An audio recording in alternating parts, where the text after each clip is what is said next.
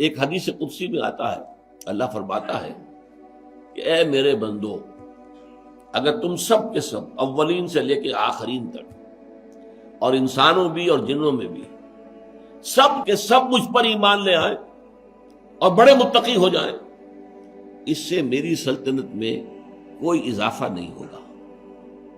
اور اگر تم سب کے سب ابو جہل بن جاؤ، وہ تم شیطان بن جاؤ، سب کے سب، اولکم وآخرکم وانسکم وجنکم، تب بھی میرے کارخانہ قدرت کے اندر کوئی کمی نہیں آئے گی۔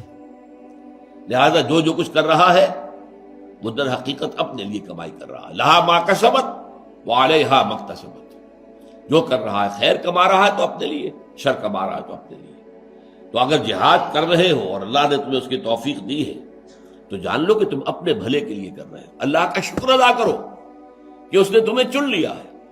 جیسے سورہ حج کے آخر میں ہم پڑھ چکے ہیں، هو اجتباکم جاہدوا فی اللہ حق جہادہ، هو اجتباکم، اللہ کی راہ میں جہاد کرو جیسا کہ جہاد کا حق ہے۔ دیکھو اپنے نصیب پر فخر کرو کہ اس نے تمہیں چن لیا ہے، پسند کر لیا ہے اس کام کے لیے۔ You have been selected.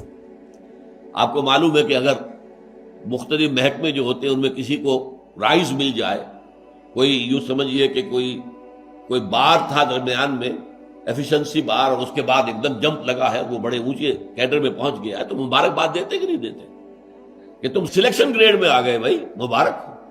تو یہ تو امت مسلمہ سلیکشن گریڈ کے اندر آئی ہے۔ هو اجتباکم، ختم نبوت کے بعد وہ کام جو انبیاء کیا کرتے تھے وہ اب اس امت کو بحیثیت مجموعی کرنا ہے۔ لہذا تمہارا تو چناؤ ہو گیا ہے، تمہارا سلیکشن ہو گیا ہے، خوشیاں مناؤ، فاستبشروا ببیعکم الذی بایعتم بہ۔